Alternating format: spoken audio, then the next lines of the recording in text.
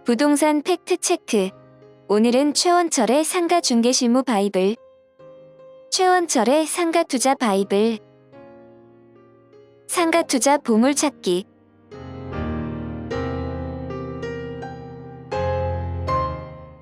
대한민국에서 영종도를 대체할 도시는 없다 등이 저자이신 상가전문 최원철 교수와 송파구에서 20여 년간 상가를 중심으로 부동산 중개법인을 운영하고 있는 명법인의 공인중개사 김명희 대표와의 인터뷰를 하였습니다. 20년 상가 전문 중개사의 날카로운 질문, 상가 창업 투자의 전문 교수의 확신할 수 있는 답변, 공인중개사는 물론 일반 투자자까지도 꼭 들어봐야 할 콘텐츠입니다. 시작합니다.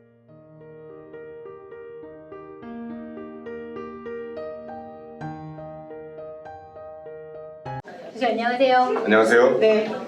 여전히 교수님은 열심히 활발하게 활동하고 계시죠? 열심히 하고 있습니다. 네.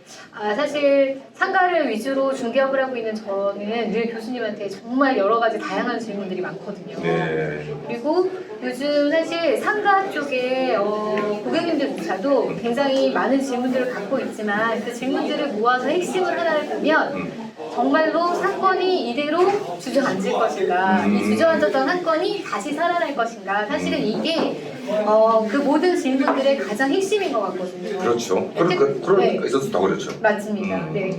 그래서 지금 사실 코로나를 겪으면서 월세로 치자면은 월세 가격이 거의 반 이하로 떨어진 곳도 많고 심지어 제가 있는 그 문정동도 마찬가지거든요. 그 법조단지 내에도 상가들이 1층 상가들이 월세가 반 이하로 떨어진 곳도 많고 근데 그런 게 과연 그 전처럼 회복이 될 것인가, 경기가 다시 살아날 것인가, 내수 시장이 살아날 것인가, 그게 가장 큰 관심사거든요. 교수님 어떻게 보세요? 굉장히 지금 포괄적인 아주 대단한 질문을, 네, 맞죠? 큰 질문을 네, 했죠. 네, 네. 그래서 경제 전반에 대해서는 제가 사실 설명드리기는 어렵고 네. 그냥 저는 상가 쪽으로만 그 상가만 아니까 네. 저는 물론 이제 그 지역적인 차이가 있는 건 다 아시죠. 다 좋아질 수는 없으니까. 네. 근데 저는 굉장히 대한민국이 앞으로 상가 시장이 굉장히 좋아질 거다. 근데 물론 이제 인구가 감소되는 지역들은 좀 있겠지만 그렇지 않은 중소도시급 이상들 이런 데도 한 군데 있어요. 정말 의외의 지역을 제가 하나 말씀드릴 텐데 그 인천 중구에 그 중구라 그러면 보통 우리가 이제 광역시에서 낙후된 곳이거든. 네. 대구광역시 중구, 대전광역시 중구, 뭐 인천광역시 중구 낙후된 곳인데 중구에 계양로 프로젝트라는 게 있어요. 여기가 이제 계양동인데 네. 계양로 프로젝트가 있어서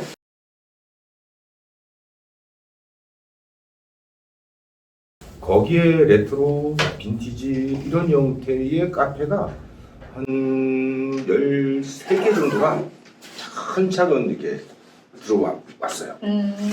그러면서 거기를 이제 제가 지역적인 걸 말씀드린 이유가 거기를 송도 네. 밑에는 그러니까 북쪽으로는 송도가 감싸고 있고 네. 남쪽으로는 청라가 감싸고 있고 네. 서쪽으로는 영종도가 감싸고 있는 네. 인천 중구예요. 거기에 젊은 층들이 가서 사진을 찍을 수 있는 레트로 형태, 빈티지 형태의 카페들이 계양로 프로젝트라는 이름으로 찬찬히 생기면서 저는 이제 이런 데가 벌써 3년에서 5년이면 활성화된다. 네. 송도 인구, 청라 인구, 영종도 인구가 계속 증가를 하거든요. 신도시니까. 거기에 젊은 애들이 또 레트로적인 것을 그래서 이 말씀을 왜 드냐면 대한민국 전체적으로는 상가 투자는 아주 저는 희망적이라고 보는 사람이고 네. 거기에서 선별을 해야 된다.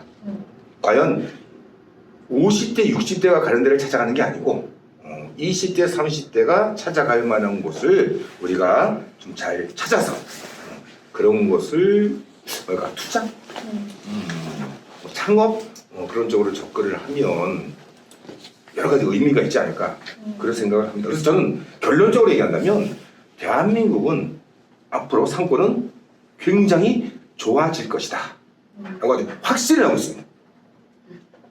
네, 사실 제가 코로나를 지나면서 피부로 느껴지는 그 상권의 그 처참함은 진짜로 이루 말로 다 할 수 그렇죠. 없다라고 정말 할 정도로 그렇죠. 너무 심각하거든요. 음. 사실 교수님도 굉장히 오랫동안 이쪽 분야에 계셨지만 저도 이제는 뭐 거의 20년 차에 접어드는데 그러니까요. 제가 그 20년 동안 봐왔던 사건 중에서 지금 시기만큼 굉장히 폐허처럼 느껴지는 곳이 없었던 것 같아요. 없죠. 없었던 것 같아요. 코로나 2년간 없었죠. 곳곳에 정말로 폐허처럼 느껴지는 상가들이 되게 많은데 제가 생각하는 이제는 가장 큰 문제점은 일단은 상가 공급이 너무 많다. 그렇죠. 그리고 상가 가격이 너무 세다. 그렇죠. 그리고 사실 거기 들어와서 영업할 수 있는 사람들의 그 마지노선이라는 게 있잖아요. 그 이제는 뭐 월세를 내는 능력이라든가 수입에 대해서 그런 거에 비해서 실질적으로 이제는 분양 가격에 대해서 이제 투자자 입장에서는 너무 낮은 수익률로 가고 있고 그렇죠. 또 영업을 하는 사람 입장에서는 이제 너무 높은 이제 월세 부담으로 가고 있기 때문에 특히나 지금같이 금리가 높은 시장에서는 창업 문의가 거의 없다라고 제가 이제 그렇죠. 알고 있어요. 왜냐하면 창업을 하시는 분들이 거의 대체로 젊은 분들인데 나이 드신 분들 노후에 창업하시는 분들도 있지만 퇴직하고 그렇지 않고 거의 대부분 젊은 사람들이잖아요. 근데 그 젊은 사람들이 자기 자본이 아닌 은행 대출을 가지고 창업을 하는 분들이 대부분이었는데 지금은 대출이율이 너무 높다 보니까 창업 시장에도 뛰어들기가 어렵고 하다 보니까 실제로 월세가 시장에서 지금 느껴지는 월세, 상가 월세는 많이 낮아지고 공실임도 있고 심지어 거기가 아까 이제 교수님이 이제 얘기를 하신 기존에 이제 저희가 흔히 알고 있는 표현으로 상주 인구. 네, 이제는 건물에 이제 오피스 건물 같은 경우 그런 상주 인구들이 있는데도 불구하고 그런 건물의 상가조차도 비어 있는 게 사실 지금 현실이거든요. 그래서 저는 이제 교수님이 이제 대한민국 상권이 굉장히 발달하고 하는 거에 초점은 이제 20, 30대가 몰리거나 그렇죠. 외국인 관광객들이 몰리는 지역을 이제는 얘기를 하신다라고 본다면 제가 사실 이렇게 보고 있는 지역은 기존의 이제 오피스촌이라든가 그렇죠. 네, 그런 쪽인데도 불구하고 살아나지 않는 상권들에 대한 거를 좀 걱정을 하는 거거든요. 포인트를 짚어서 정말 내가 돈을 가지고 어딘가에 투자를 하고 싶다라고 했을 때 저희가 두 가지를 나눠서 한번 생각을 해보면 좋을 것 같아요. 뭐냐면 실제로 투자자 입장, 그 다음에 두 번째는 창업하시려는 분의 입장. 그것도 막 연령대가 다른 거 다 달라서. 근데 그래서 가장 기본적으로 내가 지금 가령 현금 5억 가지고 있다. 투자를 하고 싶다. 상가를 투자를 사서 수익률로 투자 수익을 받고 싶다. 그리고 나중에 향후 매매했을 때 상가의 값어치도 좀 오르는 지역이면 좋겠다. 돈이 딱 5억으로 정하면 좀 그러니까 5억에서 10억 정도로 좀 러프하게 볼까요? 그리고 그 입장으로 지금 투자를 하고 한다고 했을 때 교수님이 추천해주고 싶은 지역 또는 아니면 이런 상가는 그래도 괜찮다라고 생각하시는 거. 그리고 두 번째로는 창업을 하시려는 분들 입장에서 소자본으로 이제 내가 어떤 창업을 하신다고 했을 때 어느 지역을 좀 눈여겨보면 앞으로 그래도 괜찮겠다. 요 두 가지의 답변을 교수님이 주신다면 엄청난 정보가 나가는 것 같은데요. 네, 엄청난 정보고 그런 정보를 주신다면 보는 분들이 그래도 앞에 지루한 얘기를 다 용서하실 것 같거든요. 이거 그냥 제가 잘 짚었죠? 이거 막 얘기해도 되나요? 근데 이거 너무 민감한데 그래도 이제 아까 5억에서 10억이면 뭐 사실 대표님도 아시겠지만 영종도를 저는 무조건 추천합니다. 영종도 사랑하시는군요. 영종도 러버. 지금 완전히 그게 벌써 1년 반이 넘었잖아요. 그전에도 물론 답사를 다니고 계속 예의주시하고 안 좋을 때 모습도 보면서 쭉 오다가 지금은 그게 완전히 이제 올 연말 되면 거기에 천지개벽을 할 호재가 11월 정도면 이제 준공을 해요. 그렇게 되면은 뭐 대한민국 사람 다 알게 된대. 그때는 모든 방송국에 다 나올 것 같아요.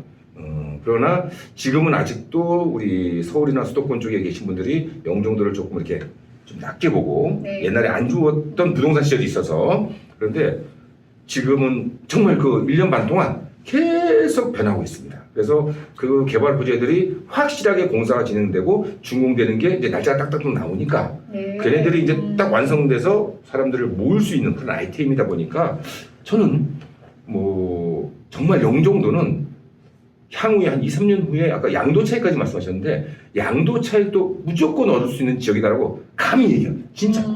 그럼 5억 들고 가면 괜찮은 상가 살 수 있나요? 살 수 있죠. 그러면 그 5억 들고 가서 사는 괜찮은 상가의 임대 수익률은 몇 프로 정도로 예상하세요? 지금 거기에서 같은 경우에는 6.5%를 예상하고 있습니다. 6.5%면 너무 높은 수익률인데요. 다 그렇게 이제 또 할 만한 것만 해야 되잖아. 5%는 지금 5%고 얘기가 안 되잖아요.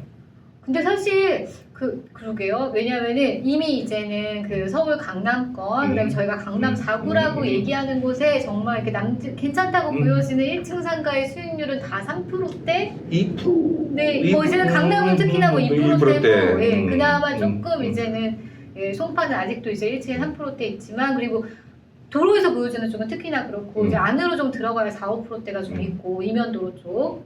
지금 이게 어떻게 6%대를 대한민국에서 현재 인구 네. 순 증가가 가장 큰 데가 영종도입니다. 그러면 근데 사실 그 인구 유입이 많다라고 해서 임대료 수익이 그렇게 상대적으로 분양가가 훨씬 쌉니다.